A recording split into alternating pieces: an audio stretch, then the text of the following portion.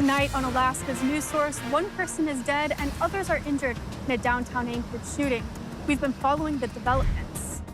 Warmer temperatures in the southeast, but continued cloud cover is expected across most of the state. Plus, an old find, a piece of history from 7,000 years ago, is found in the Kodiak area. You're watching Alaska's news source. Developing tonight, the Anchorage Police Department says one man is dead and 3 other people are injured following a shooting downtown early this morning. Quinn White has been following the developments all day. Quinn? Michaela, it happened on 4th Avenue between G and H Street, where normally multiple bars are closing around that time. Someone who was there after the shooting shared this next video with us. Now, officers responded to the area just before 3 o'clock this morning following reports of shots fired. The department says 4 people were hurt. 1 was found dead and another with life-threatening injuries. 2 were reported to have non-life-threatening injuries. APD says it has contacted everyone thought to be involved in the incident and is not looking for a suspect at this time. It's calling this a homicide investigation. Now, this is a developing story, and we'll continue to provide updates online as they become available. I'm Quinn White, Alaska's news source. Bailey, it was super cloudy yesterday and even today. How is it looking to start? Well, like you said, it's cloudy, and it was cloudy yesterday, and that's pretty much what we can continue to see tomorrow. So we saw clouds yesterday, we're seeing that today, and it's going to continue on into tomorrow. So as of today, we saw lots of clouds in the sky, lots of low-level clouds and even upper-level clouds, causing just overcast skies ultimately. But temperatures are slightly cooler than what we were feeling yesterday. And going into tomorrow with our out-the-door forecast and our photo by George Smith, it's going to continue to stay cloudy throughout tomorrow morning. So on your way to work, if you wake up early, you might see some scattered showers in the early parts of the morning that carried over from later on tonight. But it'll start to become a little less cloudy as we progress into tomorrow afternoon. With our skycast over Anchorage, you can see these scattered showers moving across throughout the early morning parts of tomorrow. But then later on into tomorrow afternoon, that's when we start to see just a little bit more of that blue sky starting to poke through. So it's going to stay cloudy for the most part of tomorrow. But with our air quality, we're seeing pretty low levels of smoke happening, and that comes with a little bit less active fire weather lately. But with our pollen count, we're starting to see pretty low levels of pollen in the area. And this scattered showers that we've been seeing really helps to keep the pollen down. But trees are still moderate, of course, as we get that breeze coming in and blowing pollen. So just keep in mind that trees are still moderate, but everything else is still relatively low.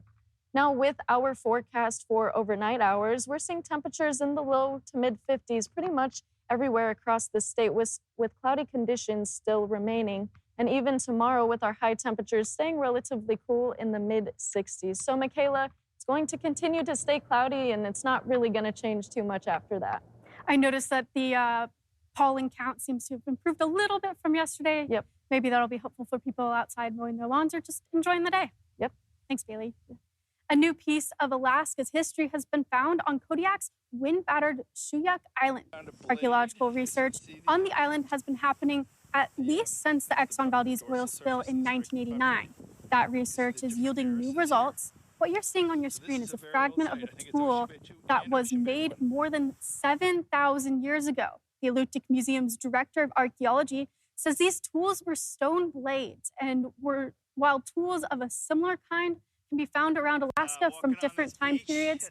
If they're found in Kodiak, archaeologists know the site is at least 7,000 years old. So the diagnostic tools that we found in that site were blades, which are long, slender pieces of chipped stone that were slotted in bone points and used for cutting as cutting implements. And so those are only found in Kodiak and Alutiiq sites that are over 7,000 years old. These artifacts won't be on display anywhere. They'll instead be used to help update technical reports that the state can use when considering upgrading or building new trails. The museum says the find is exciting because of what it adds to Alaska's history. This was all part of the Alutiiq homeland, and even if it seems like Shuyak is far away today, Alutiiq paddlers could make it up there in less than a day from the city of Kodiak, which is really amazing. The work being done on Shuyak is in its final stage. The National Park Service funded the 2-year project as part of its Tribal Heritage Program. And after 9 long days of worry, a family has their beloved dog back. The 10-year-old went missing over the 4th of July holiday. And in case you missed it, Georgina Fernandez shows us how a pilot came to the rescue after answering the couple's calls for help online. It's a drink much needed. I can only imagine if he could tell us what he went through. I'm sure he would have a lot to say. To get to that lake to be found, what his story would be. But looking into his eyes, it's one of those things, you see the pain, you see the scaredness, and I think he just knows how grateful he is to be back with us. And After Coda, Lewis and Amber Eccles' 10-year-old pup It's full of energy, never stops wanting to play ball. went missing during their 4th of July camping trip earlier this month near Carmen Lake after getting spooked, slipping out of his collar and taking off. he grabbed his Frisbee, so we told ourselves if he wouldn't have grabbed his Frisbee, he would have came back. But he grabbed his Frisbee and he says, no, I'm out. For days, the couple boated and hiked miles in each direction, searching for Coda in an area primarily accessible just by boat and air, turning to social media with a call for help. Saw the post on Alaska Pack Rafters. And that's when Anchorage pilot John Kegger answered the call. I just had a real feeling, I don't know, a gut feeling that I was going to find the dog. Landing his plane upriver about 1.5 miles away from where Coda ran off. That's when, to his surprise, And here comes the dog out of the alders. Coda found him. These 3 photos popped up on my messenger, and it was the ones that John sent me, and it was the one of him in front of the airplane, on the airplane, and with John.